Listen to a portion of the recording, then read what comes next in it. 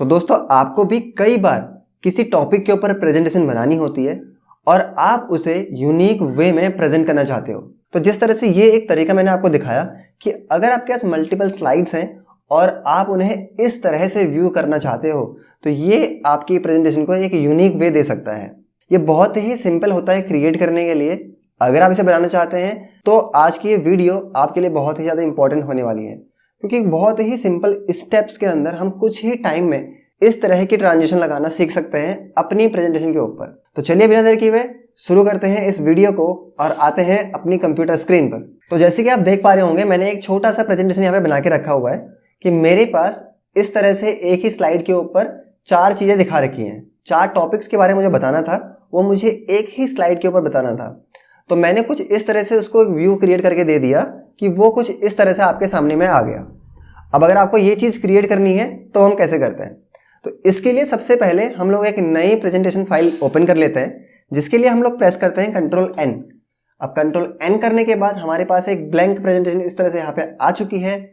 इसके बाद हम एक काम करते हैं, सबसे पहले उस प्रेजेंटेशन को क्रिएट करने के लिए अपने स्लाइड का जो लेआउट है उसे चेंज कर देते हैं, जिसे हम लोग ब्लैंक मोड में कन्वर्ट कर देते हैं। अभी हमारे पास एक ब्लैंक स्लाइड है। अब हम क्या करेंगे, सबसे पहले हम लोग इसमें शेप्स क्रिएट करेंगे। तो हम जाएंगे इंसर्ट टैब के अंदर, आप यहां से जाइए शेप के अंदर और यहां से नॉर्मली एक रेक्टेंगल सेलेक्ट कीजिए जो कि आप क्रिएट कीजिए पूरा इस स्लाइड के ऊपर। इस तरह से आपको इसे क्रिएट कर देना है।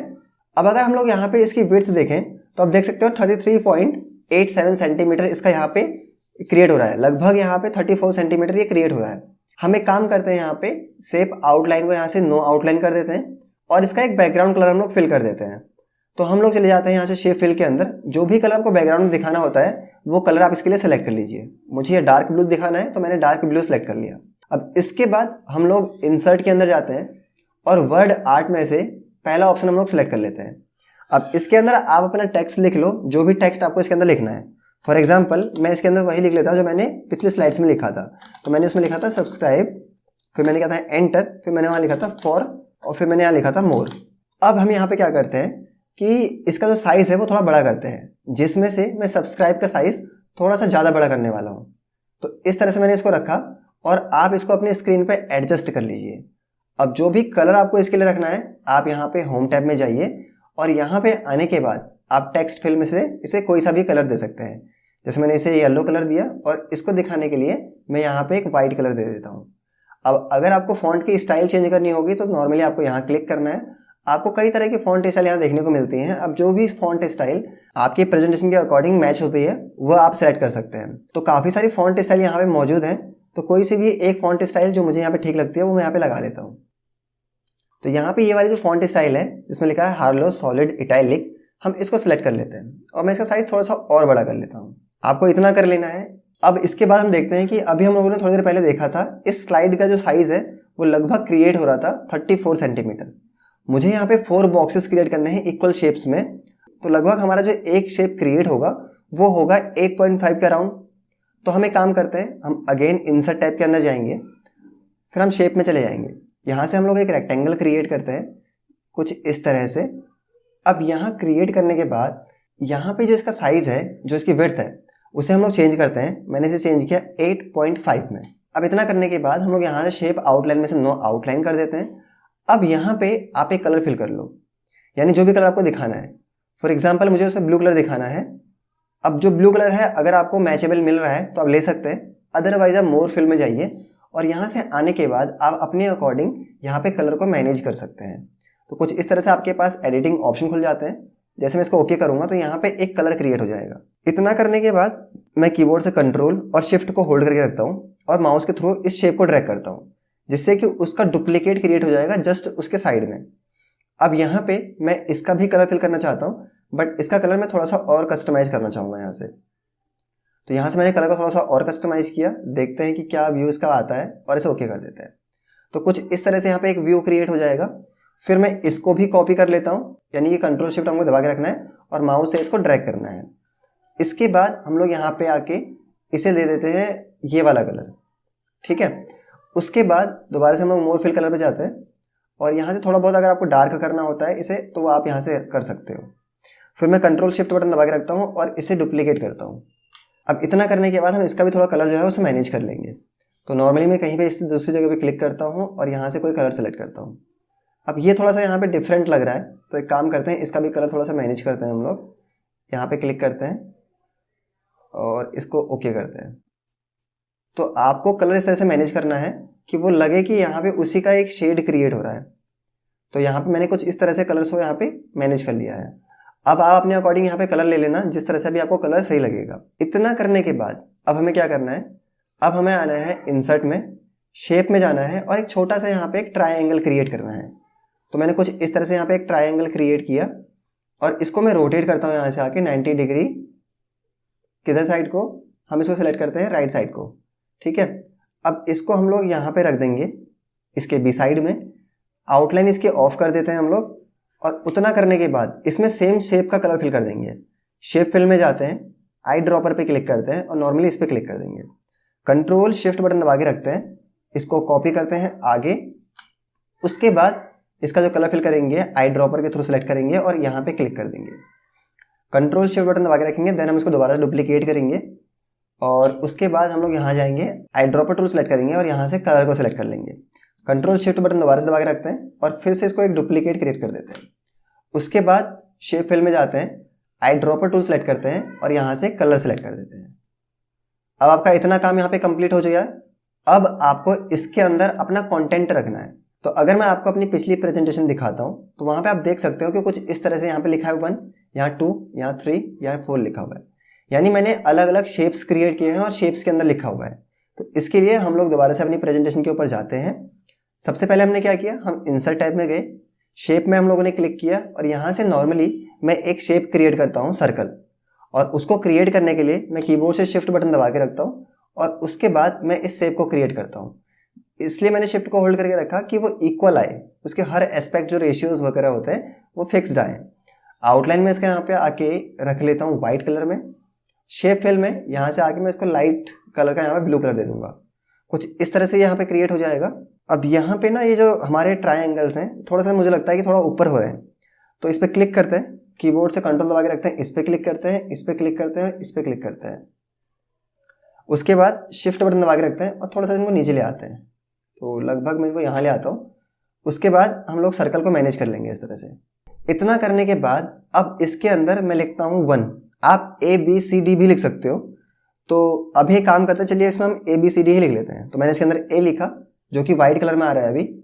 तो इसका जो टेक्स्ट का कलर है वो हम लोग चेंज कर देते हैं यहाँ से, जिसकी वजह से वो दिख पाए इसके अंदर। तो मैं यहाँ से आके डार्क ब्लू ले लेता हूँ और होम टैब में जाके इसका फॉन्ट का स्टाइल जो है उसे भी हम लोग चेंज कर देते हैं। तो यहाँ से मैंने कोई फॉन्ट का स्टाइल चेंज किया, थोड़ा सा इसका साइज को हम लोग यहाँ से इस तरह से बड़ा कर देंगे, जो कि कुछ इस तरह से यहाँ पे हो जाएगा। अब कीबोर्ड से कंट्रोल और शिफ्ट बटन दबा के रखेंगे, जिससे हम डुप्लीकेट कर देंगे इसको दूसरे बॉक्स के अंदर, तीसरे बॉक्स के अंदर और चौथे बॉक्स के अंदर। तो कुछ इस तरह से यहाँ पे आ जाएगा। अब आपको यहाँ से चेंज करना है, इसको यहाँ पे लिखना है B, फिर आपको यहाँ पे लिखना है C, फिर आपको यहाँ पे जाना है, यहाँ पे आपको लिखना है D। तो कुछ इस तरह से अब आपके सामने में अलग अलग शेप्स भी यहाँ पे क्रिएट हो चुके हैं। अब क्या करना है, अब आपको अपना कंटेंट यहाँ पर लेके आना है। तो जैसे कि अगर मैं पिछली स्लाइड में देखता हूँ तो वहाँ पे लिखा गया है building PPT design more easy with us.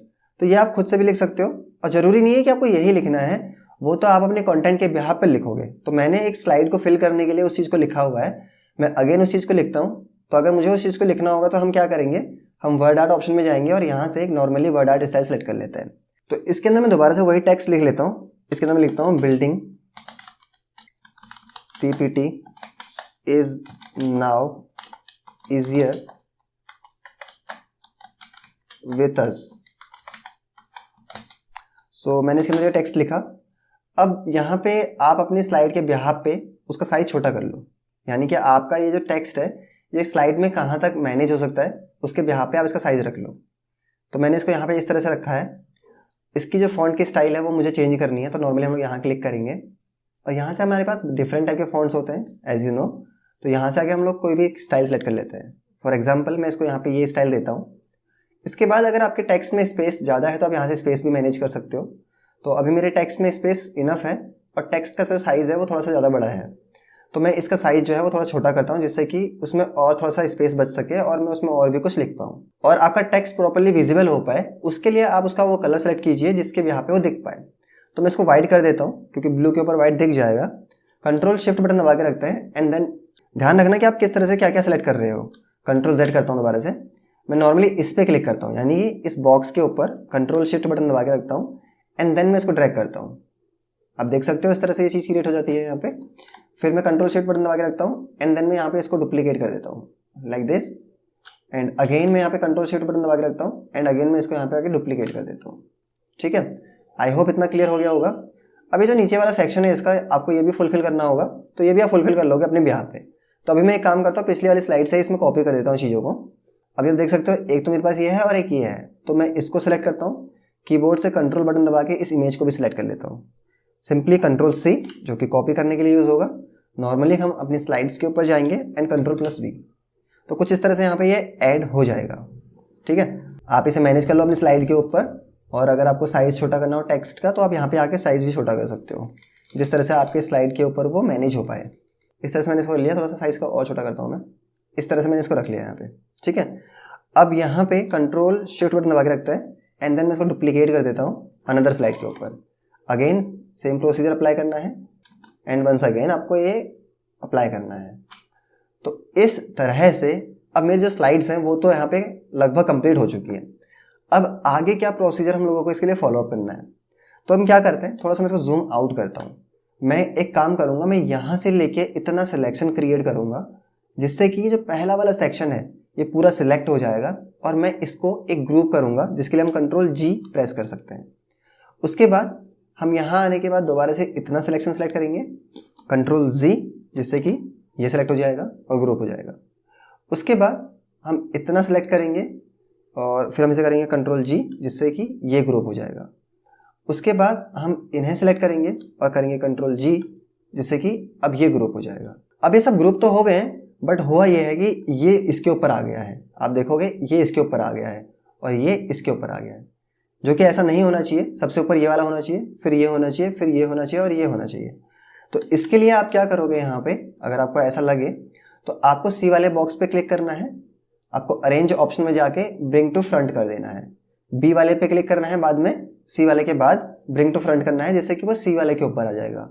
Then आपको A वाले सबसे लास्ट में क्लिक करना है और देन करना है ब्रिंग टू फ्रंट, अब वो सबसे ऊपर आ जाएगा।